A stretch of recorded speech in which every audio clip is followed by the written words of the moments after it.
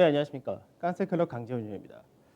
지난주 금요일 국내 증시 소폭 반등으로 마감이 되는 모습이었는데 사실 지난 한 주를 놓고 볼 때 가장 중요했던 부분은 환율이다. 이렇게 봐야 될 것 같습니다. 그러니까 원달러 환율 같은 경우가 실질적으로 중국 위안화의 강세와 더불어서 그동안 미 달러화가 약세되었던 부분을 반영하지 않았던 것이 이제 반영을 강하게 했다라는 부분이 되는데 그러면서 외국인들의 수급이 상당히 크게 개선되는 모습을 보여줬다 됩니다. 그래서 실질적으로 외국인들이 시장에서 이제 어느 정도 중심을 잡아갈 가능성이 더 높아진 그런 흐름이 되는데 외국인들이 들어올 때 가장 먼저 강세를 띌 수밖에 없는 것이 IT와 자동차 이렇게 될 수밖에 없는데 여러 가지 요인이 있습니다. 뭐 실적이라든지 그 외적으로 가장 많이 팔았던 쪽 그리고 연말 배당 여러 가지 있는데 하나씩 이 부분도 따져가면서 이번 주 전략을 세워보도록 하겠습니다. 자, 지난주 금요일날 시장부터 보도록 하죠. 지난주 금요일날 지수는 2,412포인트, 소폭의 강세로 마감이 되었습니다. 거래대금이 14조 선까지 올라왔다 됩니다. 그래서 거래대금 같은 경우는 실제적으로 금요일날 거래대금이 작았었는데 장 마감 무렵에 약 동시효과로만 1조 2천 정도의 거래대금이 나타났다 됩니다. 그래서 시장에서 MSCI 앞전에 리밸런싱이 있었는데 그 리밸런싱에 따라서 비중이 새롭게 편입된 종목군들에 대해서 동시효과에 좀 많이 들어온 모습도 보여줬다 됩니다. 외국인 같은 경우는 이제 1,452억 매도가 아니라 매수가 들어왔다가 되고요. 그다음에 기관에서가 이제 소폭의 매도 정도로 마감이 되었습니다. 프로그램은 약 760억 정도 유입되었다 되죠. 그다음 선물 시장에서는 이제 동시효과로 종합주가 지수는 좀 빠졌다가 된다. 반대로 좋은 선물 쪽에서 조금 더 올라가는 흐름을 보여줬다 됩니다. 그래서 선물 쪽에서는 0.54% 상승했고 외국인 같은 경우가 소폭의 매도를 했는데 누적 순매수는 4,800개 정도 되고 베이시스가 장 마감 이후에 베이시스가 플러스로 바뀌었다가 되는데 이 부분이 오늘 시장에서 유지가 되는지가 상당히 중요하다가 될 겁니다. 그다음 코스닥 시장도 마찬가지로 반등을 해서 마감이 되는 모습이었고 거래대금은 이제 소폭 감소를 하는 모습을 보여줬다 됩니다. 그래서 코스닥 같은 경우는 이제 아무래도 다음 주가 되면은 추석 연휴가 있기 때문에 거기에 따른 경계감이 좀 더 나타날 수 있다 정도 보시면 될 것 같고 역시 외국인들이 1,300억 정도 매수를 했고요. 기관에서는 1,400억대 매도를 했다가 됩니다. 자, 중국 증시, 중국 증시가 사실 우리나라와 마찬가지입니다. 중국 같은 경우는 이제 10월 달에 들어가면 국경절 연휴까지 있기 때문에 상당히 오랜 시간에 휴장이 나타날 수밖에 없는데 최근 들어서 미국하고의 계속해서 언급이 되는 부분이라든지 여러 가지 요건을 해서 투자 심리는 약화가 된 상태가 동일하다 됩니다. 다만 중국 같은 경우는 경제 지표가 상당히 좋고 올해 전 세계 국가에서 거의 유일하게 전년 대비해서 경제 성장률이 플러스를 나타내는 그런 국가들인데 위안화가 하락을 본격적으로 나타났다 되죠. 그래서 위안화의 강세란 부분이 국내 증시에서도 원달러 환율의 상승으로 나타났는데 그러다 보니까 시장에서는 이제 경기 회복에 대한 기대감은 그대로 나타난다 되면서 연휴를 앞두고 소비 관련주가 반등을 하고 그리고 외국인들의 수급이 강하게 들어왔다. 이 부분이 됩니다. 그래서 중국 증시도 마찬가지로 국내와 동일하게 외국인들의 수급적인 부분이 연속해서 들어왔다는 부분인데 그 규모가 훨씬 더 크게 나타나다 보니까 중국이 2%대의 강세로 마감이 되었다 됩니다. 그래서 중국이 2%대 강세를 나타내면서 3,315포인트라는 중요 가격을 살렸다 되겠죠. 자, 그 다음에 미증시인데, 미증시가 금요일 날 국내 선물로 장중에 0.1에서 0.5% 정도 선반영이 되었었습니다.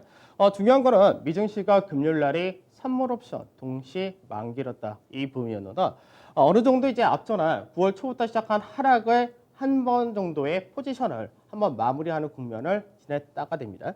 그래서 우선은 이제 미국 내에서도 9월 소비 심리 지수는 컨센서스 75보다 훨씬 더 높은 78.9까지 올라가는 모습을 보여줬다 된다. 문제는 만기를 따라서 그 전에 시장에서 하락을 주로 중심에 나타냈던 것이 기술주 중심의 빅테크 관련이었습니다. 역시 이쪽에서 변동폭을 좀 키우는 모습을 보여줬다 됩니다. 그래서 반면에 이제 테슬라 같은 경우는 이제 이번 주 배터리데이가 있는데 거기에 대한 기대감으로 상승이 좀 나타났었고요.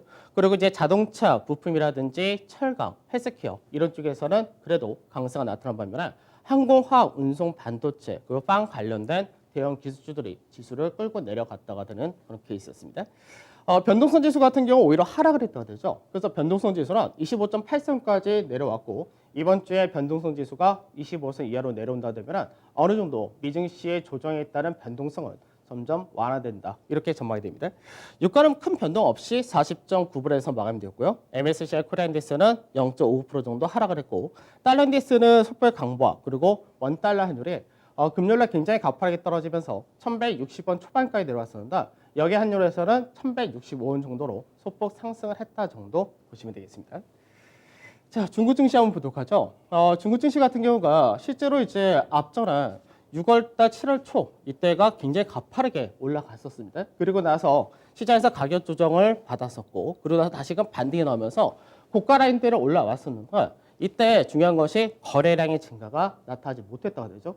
그러니까 위쪽에서 거래량 크게 만들면 이 구간대를 바로 넘어가기가 힘들다가 됩니다. 그래서 거래량 증가가 못 나온 상태에서 다시 한번 중간마디까지 올라왔다가 다시 한번 또다시 돌파 시도를 했지만 역시 거래량의 증가가 나타나지 못했다가 되고 그러고 나서 이제 한번 떨어지면서 중요 가격대가 이제 3,220포인트였었는데 그 라인대를 지지하고 다시금 금요일날 강하게 올라오면서 이제 다시 3,315에서 3,450이라는 이 박스권의 하단 자리대를 살려놨다 됩니다. 그러면 금요일날 같은 경우는 특징적인 부분이 뭐냐면 중국 증시 자체가 계속해서 거래량의 하락세를 보이다가 거래량의 증가가 늘어났다는 거고 거래량의 증가가 나타나면서 그동안 이어왔었던 거래량 감소라는 추세를 돌파를 했다가 되기 때문에 그래서 중국 증시 같은 경우는 3,315포인트를 전후로 지지 테스트를 거치고 난 다음에 국경절 연휴 전에 돌파 시도를 할 거냐 아니면 국경절이 끝난 다음에 돌파를 할 거냐 이 정도의 선택지만 남아있다고 보시면 될 것 같습니다. 자, 그 다음에 미증시도 한번 보도록 하죠. 미 다우지수는 그동안 별로 얘기를 안 했었는데 다우지수 한번 보도록 하죠. 다우지수를 왜 보느냐? 시장에서 지금 미증시 자체가 9월 1일부터 해서 가파르게 조정이 나타났었다 됩니다. 근데 상대적으로 다우지수 같은 경우는 그 부분에서 약간은 상대적인 강세가 이어졌었다 그런다. 실제적으로 7월달 종가를 기준으로 했을 때 다우지수는 약 4.65%가 올라갔었고 고가 대비해서 약 5% 정도의 조정을 받았다 됩니다. 이 기간 동안에 나스닥 같은 경우는 7월 종가를 기준으로 했을 때는 약 0.45%니까 결국 8월달과 9월 초까지의 상승이 나타났던 부분은 다 반납을 했다가 되죠. 그래서 고가 기준으로 약 10.48% 정도 하락을 했고 S&P는 딱 그 중간이 됩니다. 그래서 7월달 종가 기준으로는 약 1.48%고 고가 기준으로는 약 7% 정도 하락했다 그런다. 결국은 다우지수 같은 경우는 6월 달에 고가 라인과 그리고 8월 달에 한번 돌파를 하면서 지지받던 라인대를 그대로 지지받는 구간에 들어왔다가 되죠. 그러면 왜 다우지수가 상대적인 강세가 나타났냐? 이 부분이 되는가? 실제로 이제 제가 계속해서 말씀드리고 앞전에 전략적인 부분에서 했던 부분이 시장에서 성장주에서 가치주, 실적 가치주로 넘어가야 된다. 비중을 늘려야 된다. 이런 얘기 자꾸 해드린다. 그 흐름이 어떻게 나타나는지 체크해 보도록 하죠. 그래서 실제적으로 다우 지수를 보게 되면 다우 산업재 지수와 그리고 운송 지수 이 두 개 지수가 실제적으로 미증시의 조정과 달리 따로 가는 모습을 보여준다 되죠. 그래서 운송 지수나 산업 지수 같은 경우는 연중 고가를 계속해서 넘어가고 그 상단에서 움직인다는 흐름이 보여준다.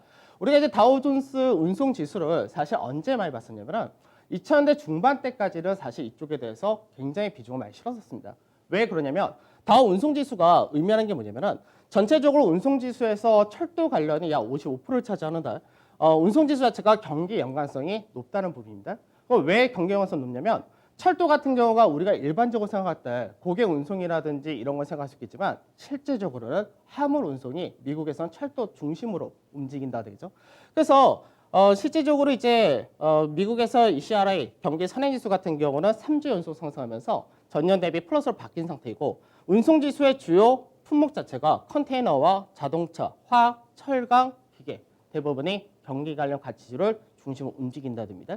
그래서 최근 들어서 미증시가 조정을 보인 것이 너무나 가파르게 올라갔었던 미 기술주를 중심으로 조정이 나타났다는 반면에 그 외적인 경기 관련 가치주가 상승을 보인다는 부분은 결국 시장에서 업종별 차별화와 어느 정도 힘맞추기를 한다는 관점이 동일하다가 되겠죠.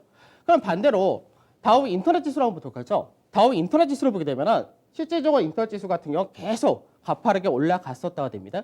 그러고 나서 나스닥의 기술주 조정과 같이 더불어서 조정을 받았는데 그러다 보니까 7월 이후 다우 인터넷 지수 같은 경우는 종가 기준으로 약 2.1% 정도 하락을 했고 그리고 고가 이후로는 약 13% 정도 하락을 했다가 되죠. 그러면 반대되는 흐름이 그대로 나타난 겁니다. 운송지수 같은 경우는 오히려 상승을 가파르게 나타나면서 7월 이후에 오히려 14.38% 정도 올라갔다 되니까 그만큼 시장에서 경기 관련된 가치 조화 그리고 많이 올라갔었던 기술주 중심의 성장주가 괴리가 상당히 벌어진 흐름이 실제적으로 8월 달과 지금까지 이어진다는 부분을 체크를 하셔야 되겠죠. 자, 금요일날 시장 간단하게 보도록 하죠. 금요일날 시장을 보게 되면 우선은 종합주가지수는 소폭의 강세로 끝났다 되고 코스닥은 조금 더 강세를 더 띄었다 됩니다. 그런데 이제 중용 쪽에서가 굉장히 가파른 상승이 나타났다 이 부분이다. 중용 쪽에서가 신풍 제약을 중심으로 한 일부 제약주들이 실질적으로는 최근 들어서 시가총액이 높아지면서 MSCI 코리아 지수에 편입이 되어 있습니다. 그래서 외국인들이 환율이 떨어지면서 대규모의 자금이 들어올 때 MSCI 편입된 신풍 제약으로 대규모 동시효과의 매수가 들어올 수밖에 없는 그런 흐름을 보여준다든가 그런 부분이 중형지수의 강세를 끌고 갔다가 되겠죠. 그 다음에 전체적으로 자동차 같은 경우 소폭의 하락이 나타났다. 워낙에 지난주에 많이 올랐기 때문에 차익실은 일부 떨어졌다 정도 보시면 될 것 같고요. 그 다음에 이제 제약은 아까 말씀드렸던 부분이고 이제 LG화학이라든지 2차전지라든지 이런 쪽도 일부 반등이 나타나면서 업종별 차별화는 동일했다 정도 보시면 되겠습니다. 자, 수급 바로 보도록 하죠. 수급을 보면 외국인들 신풍제약에 대해서 1875 굉장히 많이 들어왔었나 이 부분은 아까 말씀을 드렸던 부분이고요. 그 다음에 SK하이닉스 역시 매수가 많았고 LG화학 역시 매수가 많은 모습 그 다음에 포스코케미칼이 동반 매수 역시 들어온 모습을 보여줬다 됩니다. 그래서 전체적으로는 외국인들의 매수는 신풍제약이라는 MSCI 편입된 모멘텀과 하이닉스, LG화학 이쪽을 중심으로 들어왔고 그 외적으로 들어오긴 했지만 전체적인 규모는 그렇게 크지가 않았습니다. 반면 매도를 보게 되면 매도에서 이제 삼성전자 역시 이제 뭐 가장 많은 매도를 받았다 되고요. 현대차라든지 신한지주, 세트리온 그리고 HLB, 네이버 여러 가지 종목군입니다. 전반적인 시총 상위주를 중심으로 매도가 나왔다 됩니다. 자, 그다음에 기관에서의 수급을 보면 기관에서는 역시 하이닉스를 가장 많이 샀다 되죠. 그 다음에 포스코를 요 근래 들어서 기관에서 조금씩 계속해서 사고 있는 모습이 나타난다 됩니다. 그 다음에 삼성전자, 카카오, 기아차, NC소프트 이런 식으로 들어오면서 전체적으로 일부 종목군에 대해서 들어왔다 동일하긴 하지만 실질적인 규모는 하이닉스와 포스코, 삼성전자를 제외하고는 역시 작은 모습을 보여줬다 됩니다. 그 다음 매도 역시 시장에서는 이제 금요일 같은 경우 기관에서의 전체적인 매도가 약했었기 때문에 매도 자체가 네이버, LG와 현대차 정도가 200억에서 300억 정도 매도가 나왔었고 뭐 LG전자라든지 세트리 헬스케어라든지 이런 쪽에 대해서 역시 매도가 나타났지만 규모 자체는 그렇게 크지가 않았다라고 보시면 되겠죠. 자, 하이닉스 한번 보도록 하죠. 하이닉스에 대해서 이제 전망 자체를 동일하게 해드렸는데 하이닉스가 8만 원 깨진다. 그럼 8만 원 깨진 다음에는 기술적 반등이 1차적으로 8만 원 전후가 열리고 그리고 나서 9월 중순 정도에 투자하면 괜찮다. 이렇게 말씀드렸다가 그 전망 관점을 좀 더 바꿨죠. 디램 가격이라든지 여러 가지 요건에서 지금 더 빨리 투자를 해야 된다. 이런 관점이었는데 외국인들이 지난 한 주를 보면은 가장 많이 산 것이 결국 하이닉스였습니다. 그러니까 하이닉스 같은 경우는 우리가 이제 외국인 관점에서 한번 생각을 해보면 현재 외국인들이 그동안 많이 팔았던 종목이기도 하고요. 그리고 디램 가격이 바닥을 쳤다라는 부분, 앞으로 좋아질 가능성이 높다. 이런 관점이 드는데 환율 효과까지 계산을 해가지고 차트를 한번 본적으로 했는데 그러면 어떤 그림이 나오냐? 지금 현재 하이닉스 같은 경우는 추세 라인대를 돌파한 것이 지난주 월요일, 화요일 날 돌파하고 지지를 받았다 그림이 됩니다. 그리고 나서 이제는 앞전에 가장 많은 매물이 있는 이 가격대인데 이 가격대 상단 자리를 금요일 날 올라타고 안착하는 구조를 보여줬다가 되죠. 그래서 이게 무슨 차이냐면은 국내 우리 투자자들이 원화를 기준으로 볼 때는 상승폭이 9월달 들어서 11.45%인데 외국인들이 보는 관점에서는 약 14% 정도 올랐다 되는데 이게 결국은 상단 자리의 매물을 올라탔다가 됩니다. 그러면 현재 구간대에서 숨고르기 한 다음에 기본 마디가 더 열린다 되기 때문에 하이닉스 같은 경우도 여전히 추가적으로 위쪽에 대한 기대치가 상당히 높을 수밖에 없다가 됩니다. 그래서 외국인들이 시장에서 들어오기 시작한다라는 부분을 잘 생각을 해야 되는데 외국인들이 들어올 때는 시장에서 한 번에 들어오고 한 번에 나가고 이게 아니라 추세를 만든다는 관점을 생각하셔야 됩니다. 그래서 시장에서 우리 일반적인 투자자분들은 일희일비할 수밖에 없는 그런 관점인데 조금 더 시각을 넓게 길게 보시는 관점이 상당히 중요하다가 될 겁니다. 자, 지난 한 주 동안 수급 보도록 하죠. 지난 한 주 동안 수급에서 가장 큰 특징은 딱 하나입니다. 외국인들이 들어왔다는 부분입니다. 그러니까 외국인 같은 경우가 목요일 날 한 차례 이제 매도가 좀 나오긴 했지만 월요일부터 금요일까지 계속된 매수를 보여줬다가 되고요. 기간에서는 추가적으로 강하게 던진 물량이 작았다가 되죠. 왜 그러냐? 시장에서 기간이 던질 수 있는 물량은 어느 정도 한계가 들어왔다는 얘기고 기간 같은 경우도 결국 나중에는 연말에는 강하게 들어올 수밖에 없다가 될 겁니다. 그래서 시장에서 개인들 중심의 시장을 갈 때는 기관이나 외국인들이 처음에는 어느 정도 왜 이렇게 세지? 이렇게 생각하다가 나중에 기관 같은 경우는 이 시장에 대해서 너무나 과도하게 개인들이 달려들었다 인정 안 한다 되다가 그러다가 외국인 들어온다 했을 때는 기관의 관점이 금방 바뀌게 됩니다. 그래서 기관에서도 이제 수급적인 부분이 개선될 가능성이 상당히 높다라고 보고 있습니다. 코스닥도 역시 마찬가지로 적지만 외국인들이 들어왔다는 부분이 중요하다 되겠죠. 그래서 외국인 같은 경우가 현물 시장, 거래소와 코스닥에 들어왔다가 됩니다. 물론 시장에서 매도를 한 쪽과 매수를 한 쪽이 확연하게 나눠져는 있지만 그래도 외국인들 수급 자체가 바뀌었다는 부분은 국내 증시가 향후 기대치를 높일 수 있다가 됩니다. 선물 쪽에서는 외인들 소폭 매수했다 정도 이렇게 보이겠죠. 그래서 실질적으로 외국인 들어왔던 부분이 가장 크게 트리거가 된 부분이 바로 환율 시장이 되는데 환율 한번 전체적으로 보도록 하죠. 시장에서 외국인들이 예전에 2015년도 중순 정도에 시장에서 이제 여러 가지 요인으로 해서 환율이 올라갔던 시기가 있었습니다. 그때 1200원까지 올라갔었는데 그때 코스피 지수가 1850선 전후까지 떨어졌었고요. 그러고 나서 환율이 정점 찍고 내려왔던 시기가 있는데 그 시기가 이제 코스피 지수가 2050에서 2050까지 반등이 나왔던 시기입니다.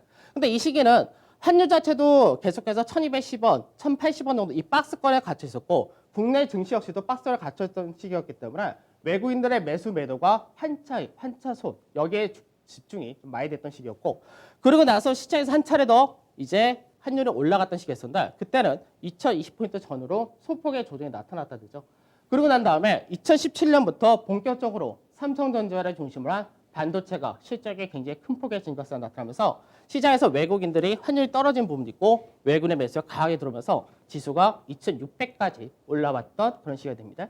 그러면 지금 현재는 어떻게 되냐? 코로나로 인해서 그리고 미국과 중국하고의 무역 분쟁으로 해서 계속해서 환율이 올라갔었다가 되죠. 그래서 환율 같은 경우가 중요 가격대였던 1210원짜리대를 훌쩍 넘어간 것이 올해 3월 달이었습니다.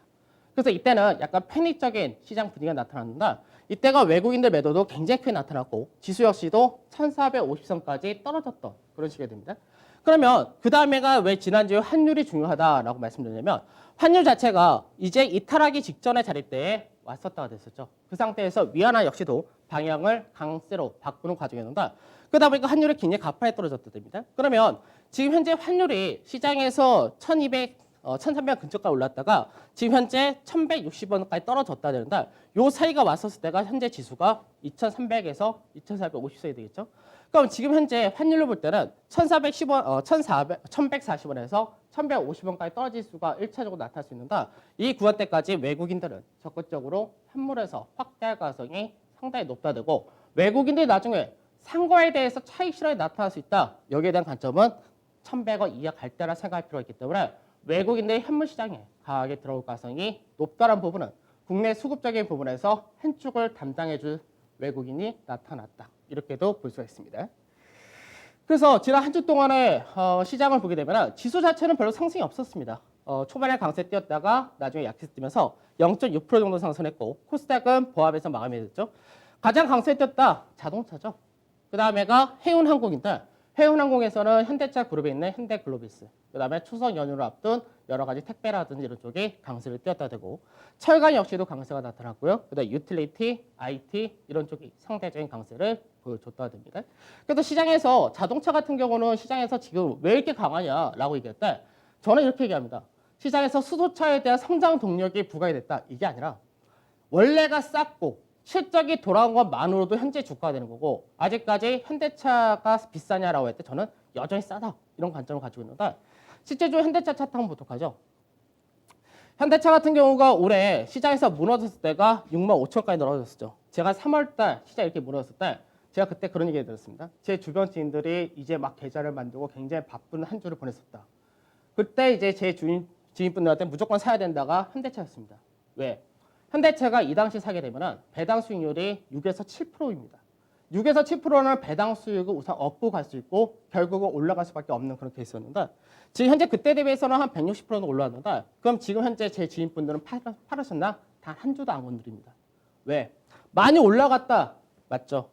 그래도 쌉니다. 문제는 그거예요. 내년에는 더 강해질 수밖에 없습니다. 모멘텀적인 부분이.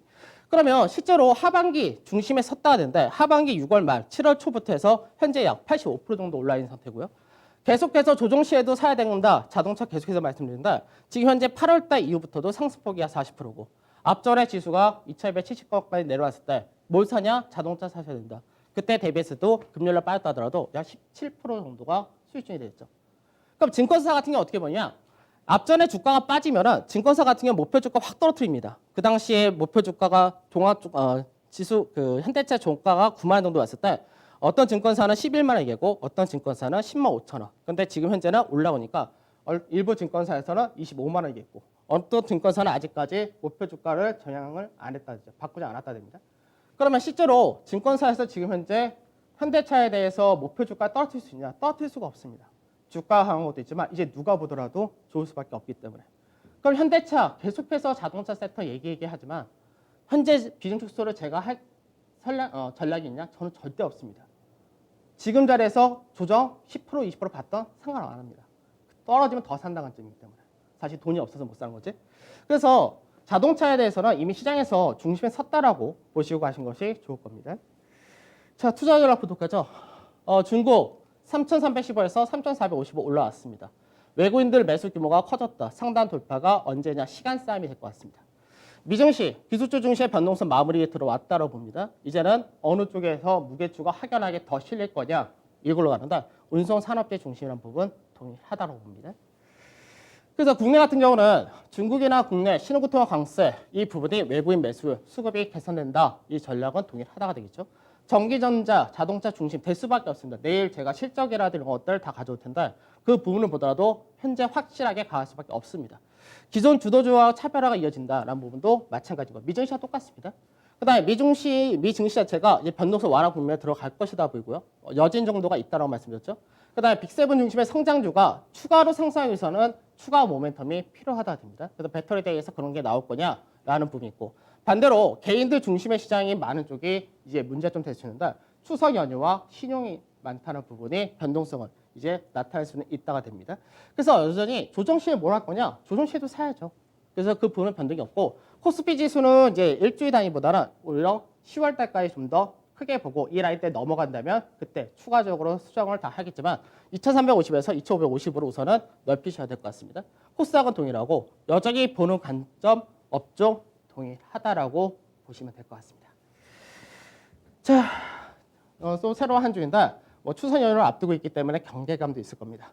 근데 이 생각도 좀 해보셔야 될 것 같습니다. 조정 시 뭐 살 거냐? 어차피 전차가 중심이기 때문에 이쪽을 살 수밖에 없을 겁니다. 그러니까 이런 쪽에 갖고 계신 분들은 시장에 대해서 두려워하실 필요도 없고 긍정적으로 가시면 될 것 같습니다. 저는 내일 찾아뵙도록 하겠습니다. 감사합니다.